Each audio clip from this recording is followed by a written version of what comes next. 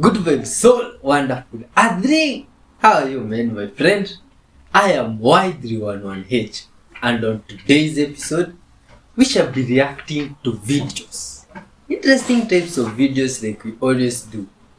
But today's episode is special, my friend. First of all, because you have clicked this video. You see, that's not an ordinary gesture, and it's never taken for granted. Respect to yourself for that. Remember, my friend, here we are about spreading love to the whole world, ensuring all Earthlings are forgiving, uniting, and full of good vibes generally. So hit the like button there where you're watching from. Tell us where you are and watch till the end. Let's dive in. See, today's videos, I'm also excited about them. You see? Good vibes out the way, man. Why is the world of AI, humanoid robotics, NASA, CERN, and even Disney all naming and dedicating their products towards Apollo? How are Nimrod, Elon Musk, and a slew of others involved in these weird connections and an actual conspiracy possibly? Patterns don't lie. Prepare to have your mind blown. Aside from already stabbing people in the back and demanding to be worshipped, AI has a lot of products dedicated to them named Apollo. Apollo Neuro, Apollo IO, Apollotronic, Apollo, and so on. Good old Zuck says that Meta is working on a wristband that will read people's minds basically.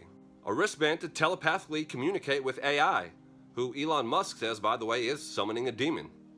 Elon Musk, by the way, has Neuralink and Neuralace, which is a brain-computer interface.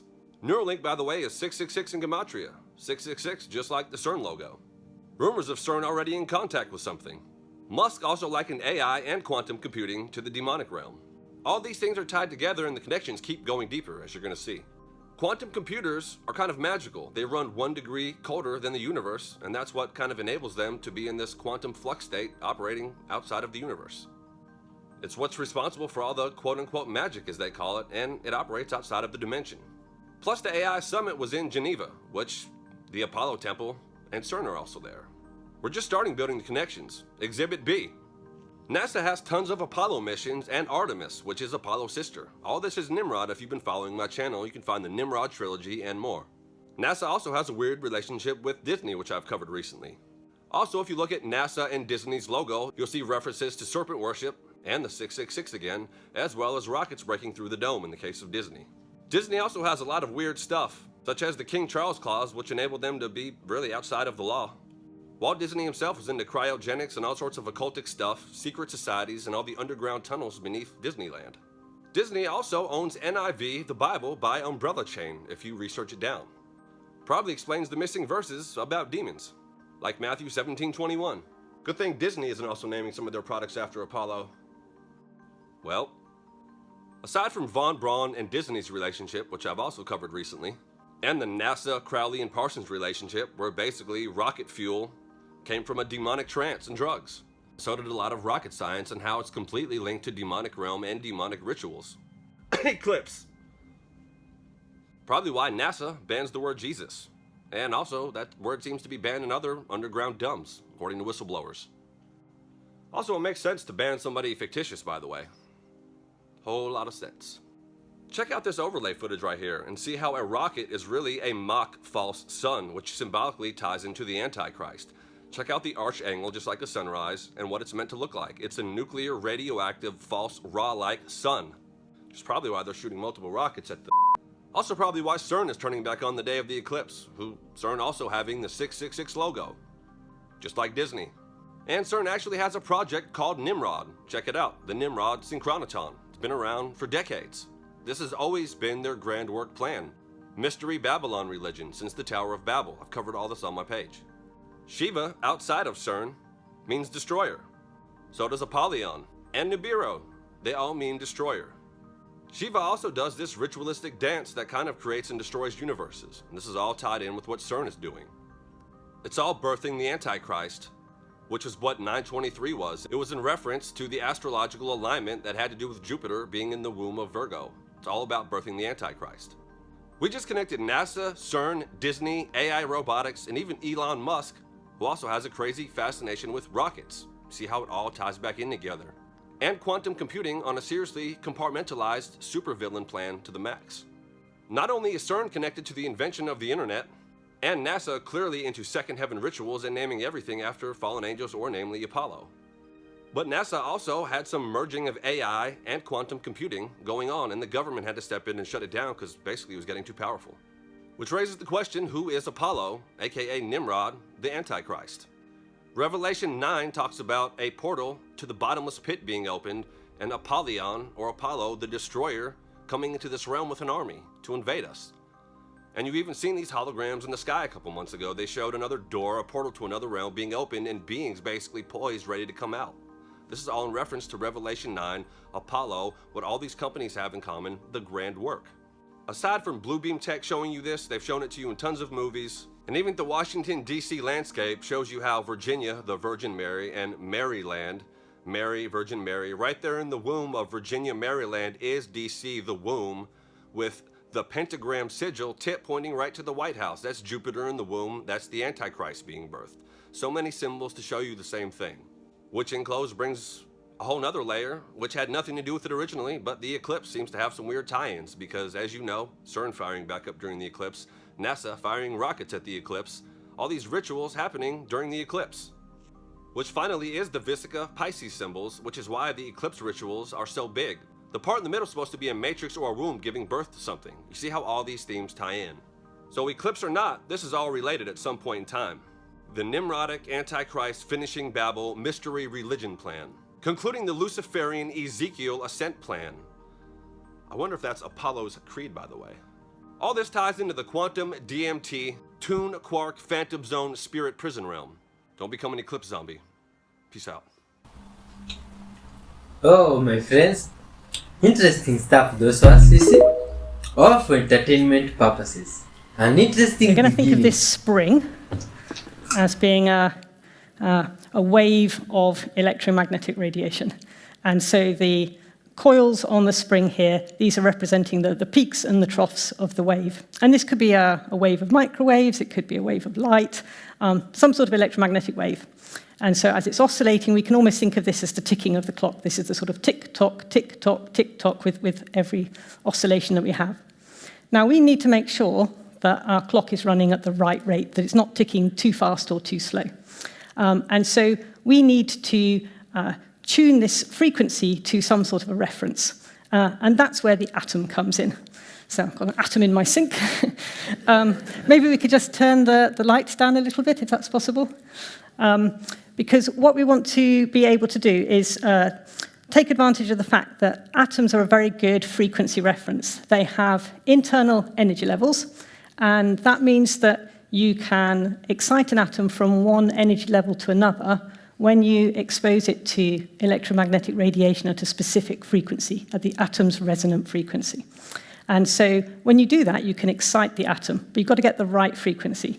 So what we can do here is we can imagine that we're going to start with, let's say we've got a very high frequency here, and then we're going to try and tune this frequency until we can excite the atom. And so I'm going to gradually, in this case, reduce the frequency, and I'm tuning the frequency of my electromagnetic wave. And at some point, I'm going to hit the resonance. Maybe you can just see that my atoms got very excited. Yeah. And so while the atom's excited, then that means we know that we've got just the right frequency in our electromagnetic wave. So we know we've tuned it in to a very specific frequency, so it's ticking at the right rate, the rate set by the atom. So I'm just going to leave that to tune now. See, it's no longer excited. Okay, so that's a generic atomic clock. My friends, you see? These are interesting stuff, this was. The roots of these corn seedlings can make and sense sound. If I place a corn seedling in front of a laser beam like this, the sound vibration can be detected and we can hear it through a speaker.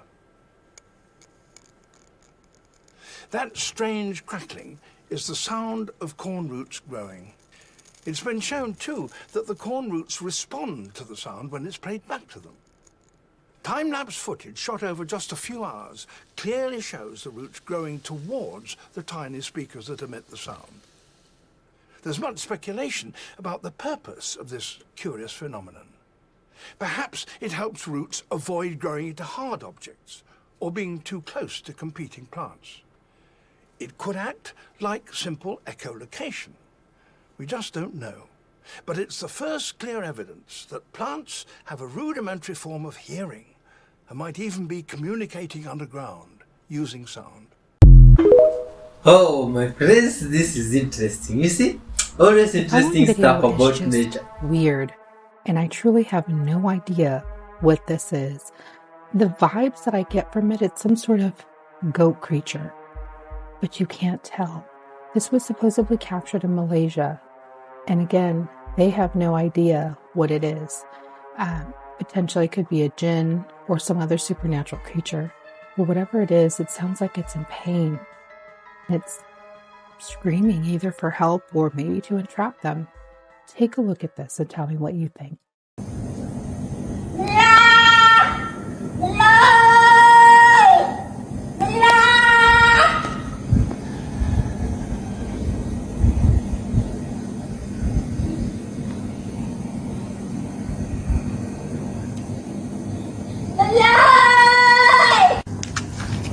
Duduk mana?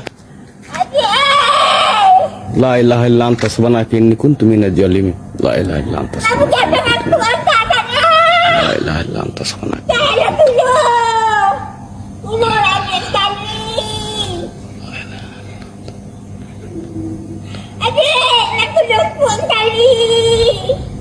Subhanaka inni kuntu minadh zalimin. Inni kuntu minadh zalimin. Ha! My friend, do you think those are genes, ghosts, or what's up, man? Oh, and in other places of the world, these good vibes guys were walking there in some place where we don't know where, when they came across this place here. You see? Ah, my friends, look at this. Oh, do you see this radars reading down there and some chain there from the past? Let's see where this road leads to, my friends. You see? These guys might have come across now the entry to hell. See, they say that hell is down there. I don't know, but you read your thoughts. Oh, this is crazy stuff. Look at these chains with all this rust on them. Looks like they have been really here for quite some time, you see? And what's more crazy, my friends, is that all this is inside a cave, which leaves you with some thoughts there in your mind, you see? You might wonder who put those stuff there, what were they used for, you see? And it's just crazy stuff, these ones. Oh, look at this. Looks like even some machines there with what looks like levers. And it's crazy stuff. What do you think that was used for? Boston, Piedmont 5795. Piedmont 5795, go ahead. Just curious, do you have anything in front of us about 50, 60 miles? Guy 26, or what are you looking for? Well, you're going to think I'm crazy. There's something that just went from right to left to right in a blink and then flashes lights 3-4 times and vanished. Okay, well, I had an airplane cross from right to left, E-175, and now there's another one, 777 up there high off the right side that's descending to 28. That might be those two aircraft, I'm not sure. This thing went 180 degrees in like a second. Oh, goodness. All right. Yeah, let me know if you see it again. We'll make a report.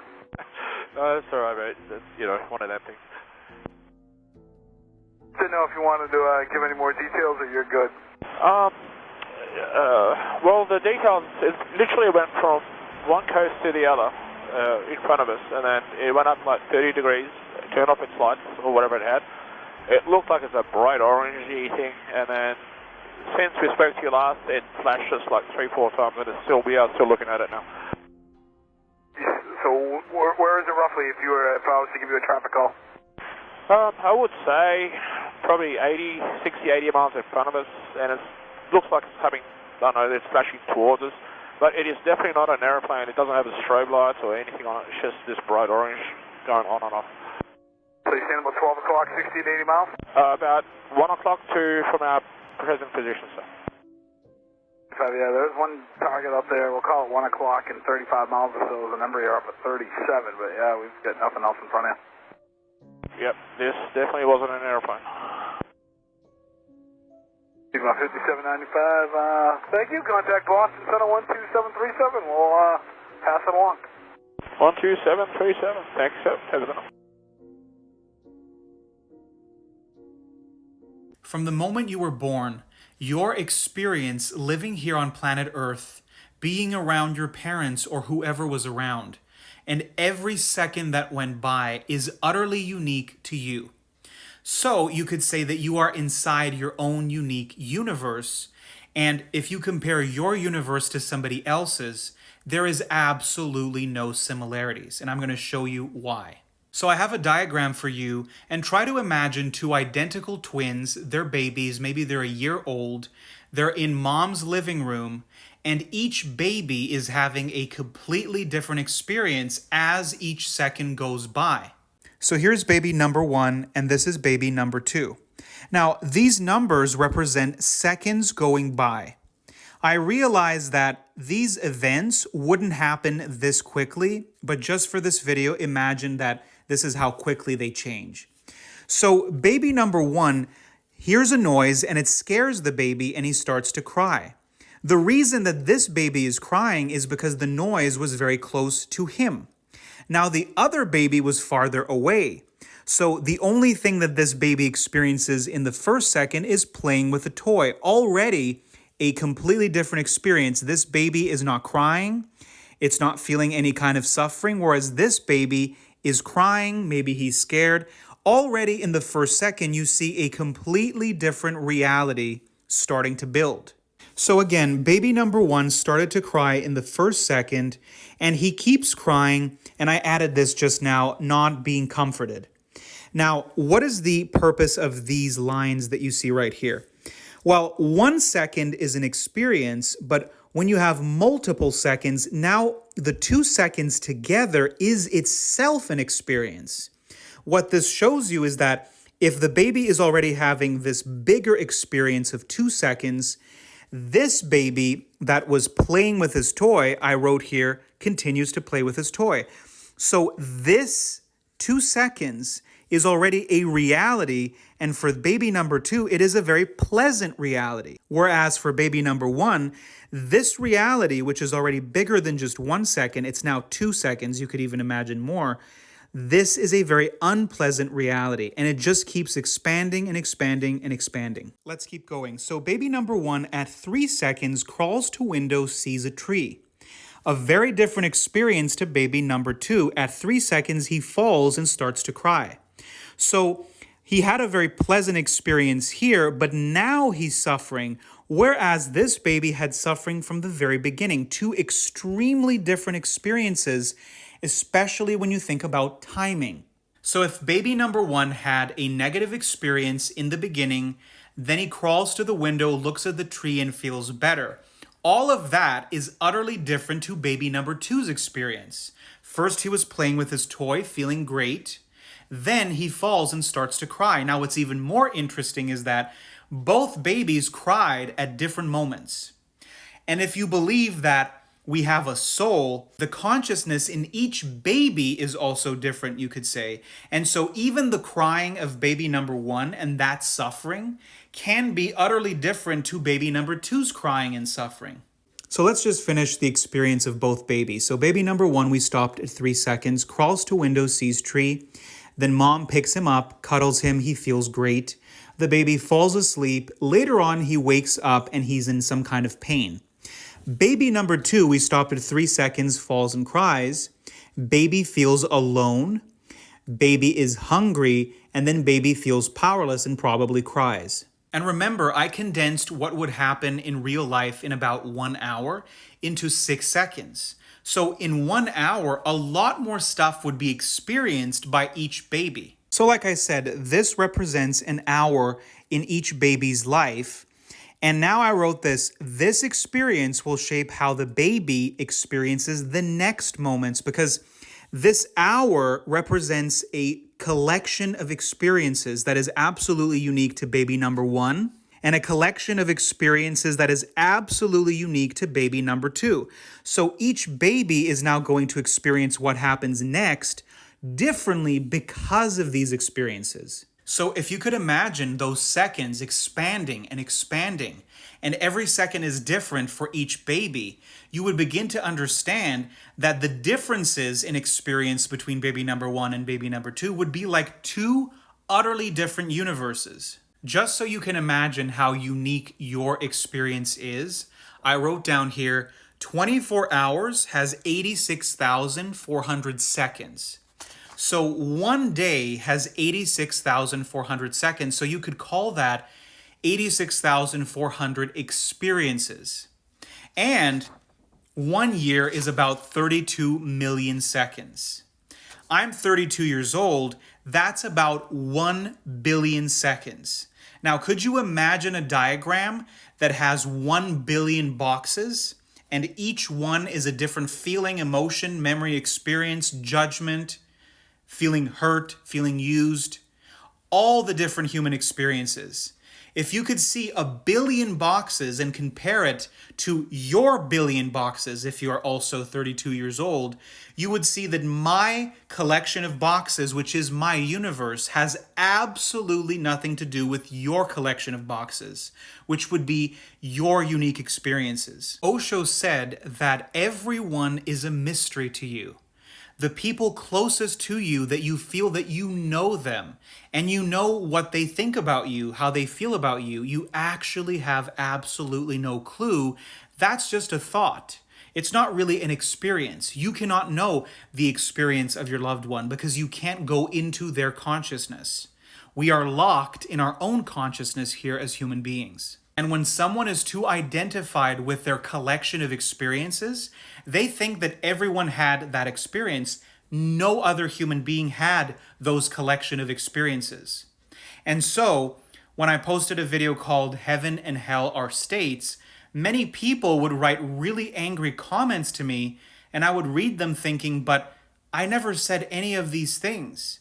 So when that happens, you can understand that the person is not able to see that their collection of experiences is not the ultimate truth.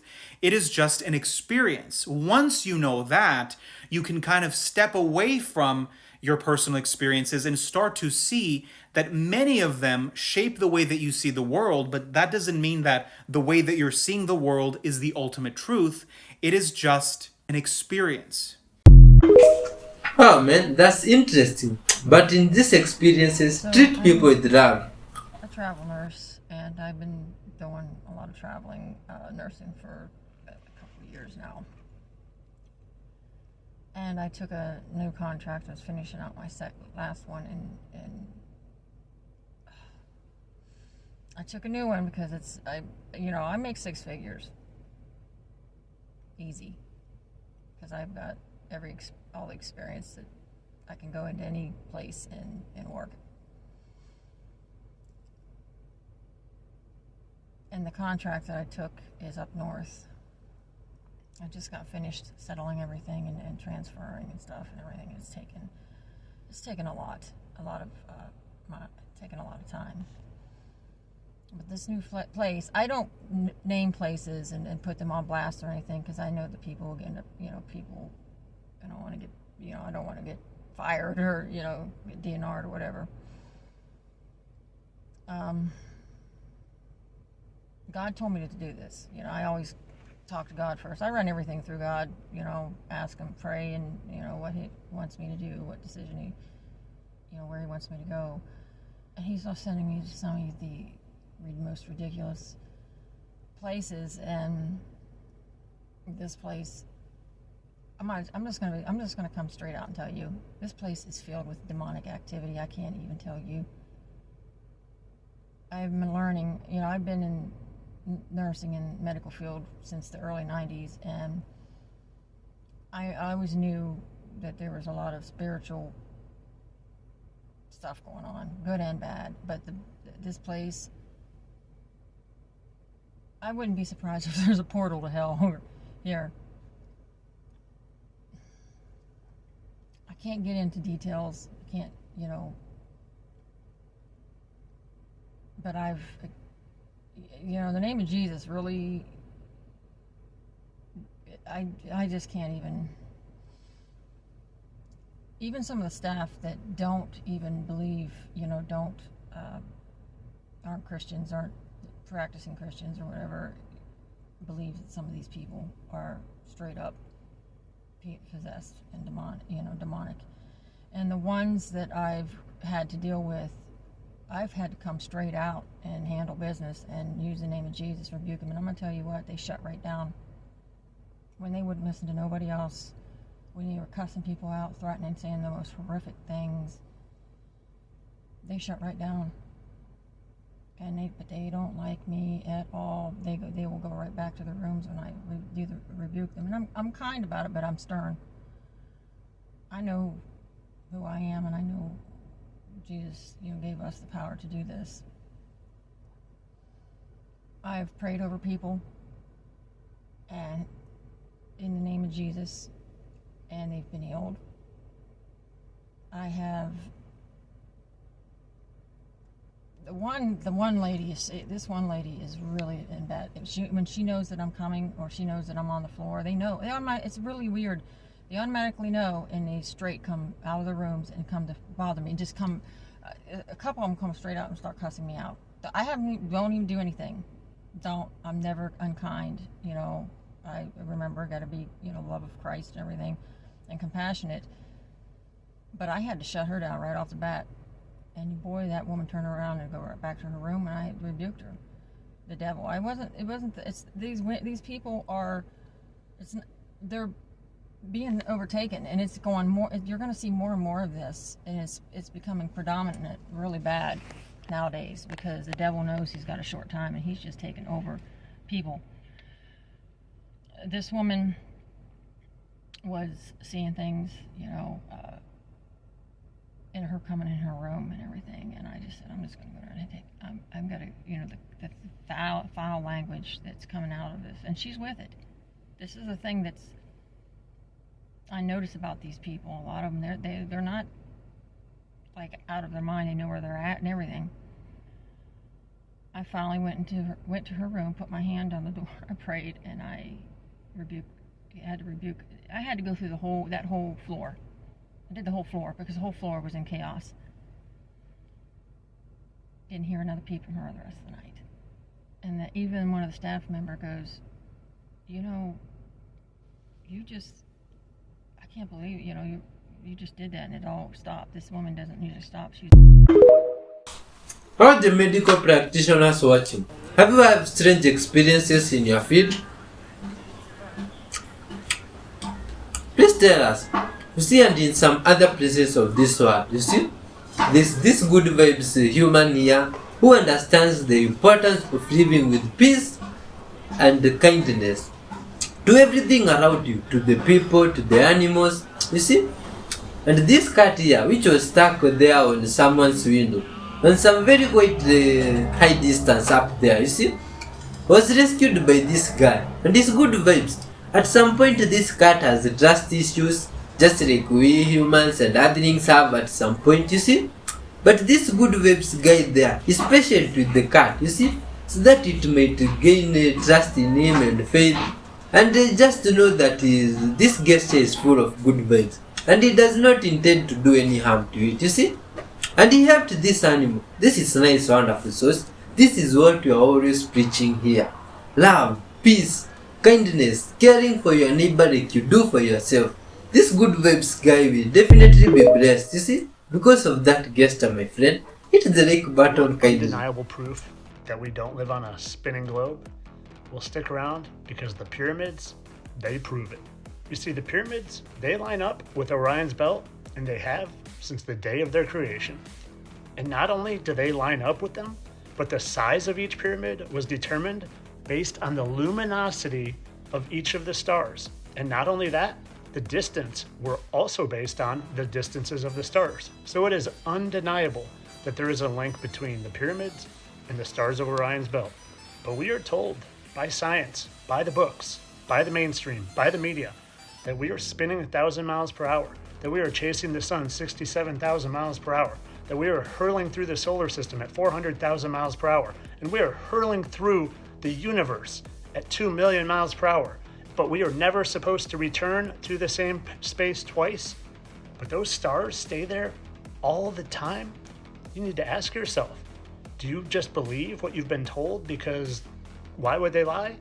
Or can you look into things and find actual evidence that proves that the mainstream narrative is wrong? So much so that the mainstream narrative, I've even caught telling the truth. Alexa, how long have the pyramids been aligned with Orion's belt?